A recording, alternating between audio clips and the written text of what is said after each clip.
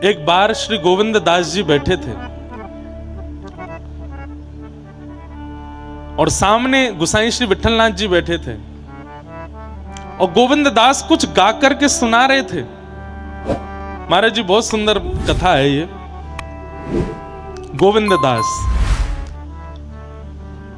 कुछ गा करके सुना रहे थे, तो गाते गाते गाते सामने बैठ के गोसाई जी सुन रहे हैं, कोई राग अलाप रहे थे और गाते गाते गोविंददास रुक गए और ऐसे बगल में देख के बोले, कोई नहीं है बगल में, देख के बोले, ए लाला ऐसा करे, ढंग से गा, स्वर में गा, एक कंसरो बेसरो मत हुए। तो सामने बैठे गोसाई जी बोले, ए गोविंदा यहां देखो,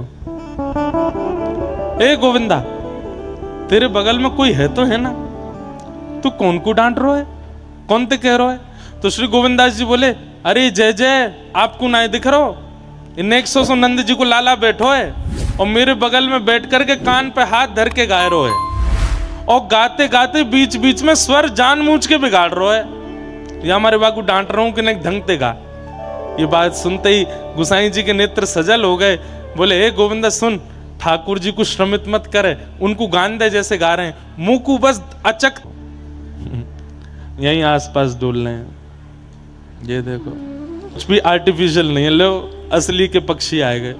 तो पक्षी क्या करते हैं, अब डाल पे बैठे हैं, श्याम सुंदर की पाग देख करके एक पक्षी के मन में आयो, ये गुलाबी सा पुष्प या पीरी सी पाग पे कितना अच्छा लगेगा, लेकिन मैं कैसे जाऊं, मुंह पे हाथ तो है नहीं। तो अपनी चोंच से उस पक्षी वो उस पुष्प को तोड़ लेता है और तोड़ करके ऐसी दिशा में खड़ा होता है कि उसकी चोंच में लगा हुआ वह पुष्प उसके नेत्रों से ऐसा दिखे कि ये पाग पे धर दिया है। लेकिन श्री कृष्ण तो आगे बढ़ जाते को जाके वो भी यमुना जी में प्रवाहित कर देता है। तभी तीसरी गोपी बोलती है, नेक नीचे तो देखो, यहां कृष्ण की वंशी में लगो है, तो उगल तो या मारे नहीं रहे कि भैया हमारी मैया ने कृष्ण की वेणु सुन करके या दुख को प्रकट कियो है, तो ये प्रसाद है और प्रसाद को उगलना नहीं चाहिए। तो बोले, पी क्यों नहीं रहे? बोले, पी हमारे नारे, 1 सेकंड के काजे गटकेंगे, उतनी देर के काजे मन गले पे लगाना पड़ेगा, तो मन कृष्ण की वंशी से हट जाएगा। ये हमारे पी भी नहीं रहे, तो मुंह में धर के बैठे। भैया वाह छोटे छोटे पक्षी, छोटे छोटे हिरण, छोटे छोटे आहा।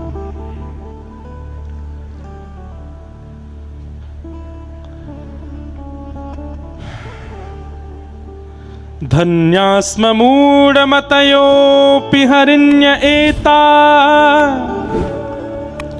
यानन्दनन्दमुपात्त विचित्रवेशम् आकर्णवेणुरणितं सह कृष्णसार पूजां दधुर्विरचितां प्रणयावलोकैः कृष्णं निरीक्ष्य वनितोत्सवरूपशीलम् श्रुत्वा च तत्त्वकणितवेणुविचित्रगीतम् दिव्यो विमानगतयस्मननुससार भ्रस्यत्यप्रसूनकवरामुमुहुः विनिव्य। एक गोपी बोली, तुमने गैया देखी, हिरन देखी, तुमने पशु पक्षी देखे, तुमने सब देख लिए, तुमने वृक्ष देखे, तुमने वृंदावन देखो, अरे ऊपर देखो। बोले, ऊपर कहाँ है? बोले, आकाश में समस्त देवी देवताओं के विमान खड़े हैं और उन विमानों पर वे अप्सराएं जिनको देख करके इंद्र आदि जैसे बड़े बड़े देवता भी मूर्छित होकर गिर पड़ते हैं, वो भी अपनी ठोड़ी पर हाथ धर के श्री कृष्ण की मधुर या छवि को दर्शन कर रही हैं।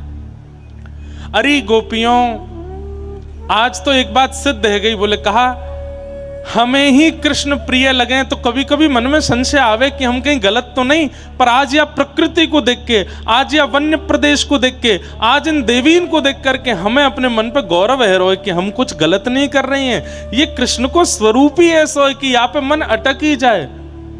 इन देवीन को, इन देवतान को कहाँ पड़ी है श्री कृष्ण को देखवे की, लेकिन ये भी देखो कैसे आए करके उनके रूप को देख रहे हैं।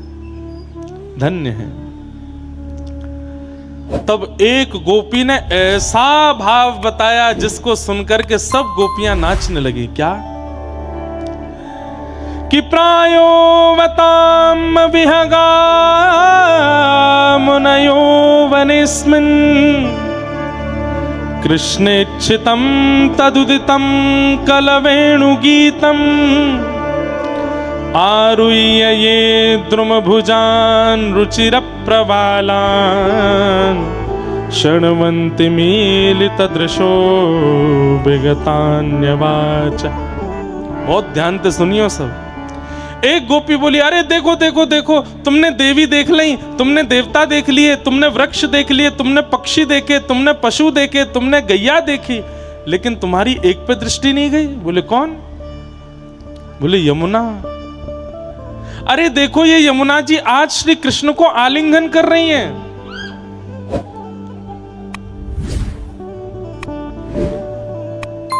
आज ये कृष्ण को आलिंगन कर रही हैं। एक गोपी बोली, ये तो संभव ही ना है सके, श्री यमुना जी कृष्ण को आलिंगन करेंगी पूरा ब्रजमंडल डूब जाएगा। अरे नाय नाय, सच में श्री यमुना जी श्री कृष्ण को आलिंगन कर रही हैं। बोले कैसे आलिंगन कर रही हैं?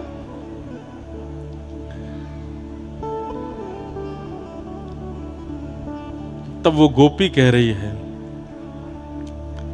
जैसे ही श्री कृष्ण ने वेणु रव कियो तो वेणु रव होते ही गैयाओं के थनों से अविचल दुग्ध धार बहने लगी और वो बह करके यमुना जी की ओर जाने लगी। 9 लाख गैयाओं का दूध जैसे यमुना जी में गया, सांवरी यमुना जी आज गोरी है गई। और जैसे यमुना जी गोरी भई तो प्रकृति को लगो कि श्री कृष्ण आए हैं तो मिलवे के काजी श्री किशोरी जी आई हैं। और तभी पशु ने जाकर के, पक्षी ने जाकर के पुष्प ले ले करके अपनी चोंच में जाकर यमुना जी में प्रवाहित कर दिए। तो मानो श्री यमुना जी के रूप में आई भई किशोरी जी को पुष्प श्रृंगार है गयो।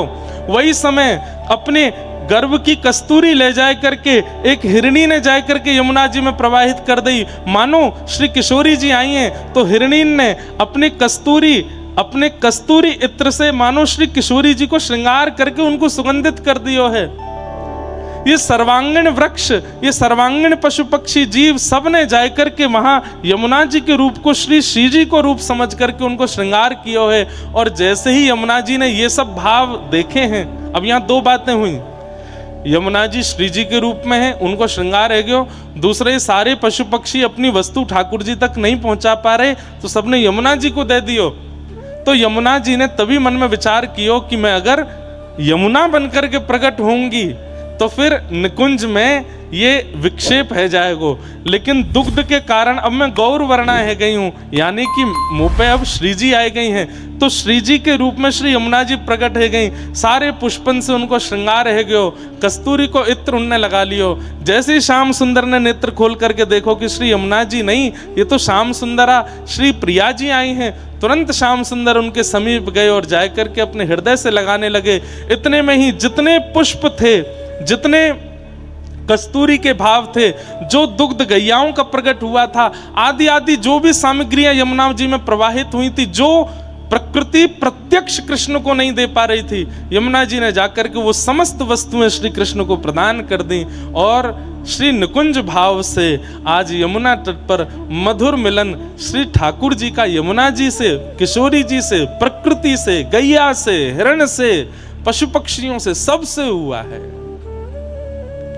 गोपियां उसका भाव देख रही है। कितना सुंदर है वेणु गीत। लोग गोपी गीत गाते हैं, लोग गोपी गीत के पीछे अपना खूब पाठ करते हैं, सब उसके प्रवचन सुनते हैं, कथा सुनते हैं, पर गोपी गीत में जो भाव प्रकट हैं किशोरी जी के, सब गोपियों के चित्त में, उसकी भूमिका, उसका प्रारंभ तो वेणु गीत से हुआ है। इसलिए वेणु गीत सुने बगैर यदि कोई गोपी गीत में प्रवेश करना चाहेगो, उतने सुंदर भाव नहीं बन पाएंगे। इसलिए वेणु गीत पहले सुनना पड़ेगा, क्योंकि इस वेणु गीत में गोपियां पशुओं को, पक्षियों को, वृंदावन को, यमुना जी को, प्रकृति को, समग्र ब्रजमंडल को प्रणाम करके हृदयस्थ कर रही हैं। और जब सब हृदयस्थ हो जाएंगे तब हृदय ही निकुंज बन जाएगा और वह निकुंज में श्री प्रियतम आकर के रास विहार करेंगे। अब जाने निकुंज हृदय में नहीं बनायो, वो सीधे ठाकुर जी के बाद निकुंज में प्रवेश करना चाहवे कैसे? आप निकुंज में प्रवेश नहीं कर सकते, आप निकुंज को निर्माण करो, ठाकुर जी प्रवेश करेंगे आपके निकुंज में। वह निकुंज में प्रवेश आप नहीं कर पाओगे जो ठाकुर जी को रचित है। आप तो अपने हृदय में कुंज बनाओ, ठाकुर जी को वहां आमंत्रित करो, ठाकुर जी का उदना आमेंगे।